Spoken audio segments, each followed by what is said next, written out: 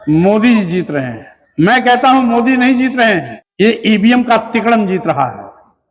नमस्कार, मैं पंकज यादव और आप देख रहे हैं जनता दस्तक। देखिए किस प्रकार से जो स्वामी प्रसाद मौर्य हैं वो बलिया के रसड़ा में एक बड़ी जनसभा को संबोधित किए और उन्होंने देखिए किस प्रकार से बीजेपी पर बड़ा हमला बोला है, ईवीएम को लेकर बड़ा सवाल खड़ा किया है उन्होंने।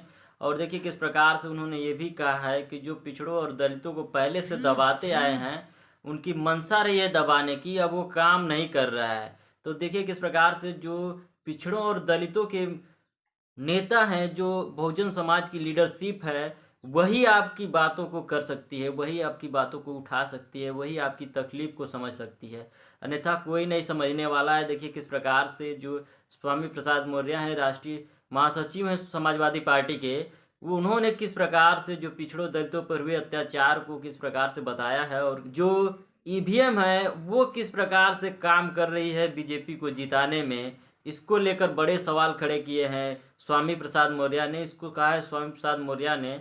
और देखिए एक बात और बता दें, उन्होंने ये भी कहा है कि जो ईवीएम है उसको हटाओ और बैलेट पेपर से चुनाव करवाओ। तो क्या जो बहुजन समाज की लीडरशिप है बड़ी संख्या में ईवीएम के खिलाफ दिखाई दे रही है। अखिलेश यादव पहले ही कह चुके हैं, मायावती पहले ही कह चुकी हैं, लगातार ईवीएम को लेकर आंदोलन चल रहे हैं। देखिए बावन मेश्राम किस प्रकार से बड़ा आंदोलन खड़ा किया है ईवीएम के खिलाफ उन्होंने, और लगातार उसके खिलाफ आंदोलन चलाते रहते हैं।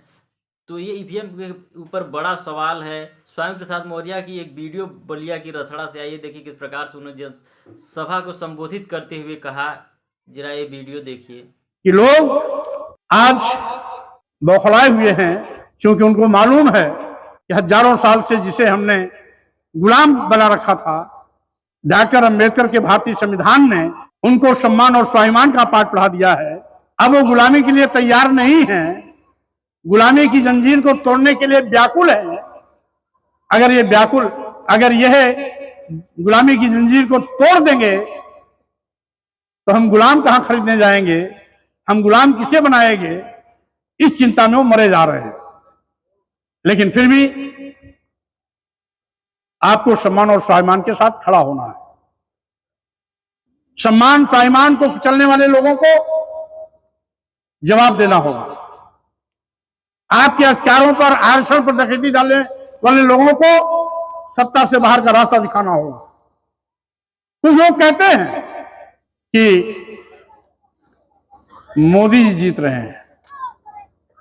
मैं कहता हूं मोदी नहीं जीत रहे हैं, ये ईवीएम का तिकड़म जीत रहा है। क्योंकि 2022 उत्तर प्रदेश का असेंबली चुनाव हुआ, 403 विधानसभा में 309 सीटों पर बैलेट पेपर वोटिंग में समाजवादी पार्टी आगे थी। बैलेट पेपर वोटिंग में भाजपा मात्र 94 सीटों पर आगे रही। ईवीएम मशीन में भाजपा आगे कैसे हो गई? इसका मतलब है ईवीएम में कहीं ना कहीं कोई खेल है। अभी अभी जिन प्रदेशों में चुनाव हुआ, राजस्थान, मध्य प्रदेश, छत्तीसगढ़ में बैलेट पेपर वोटिंग में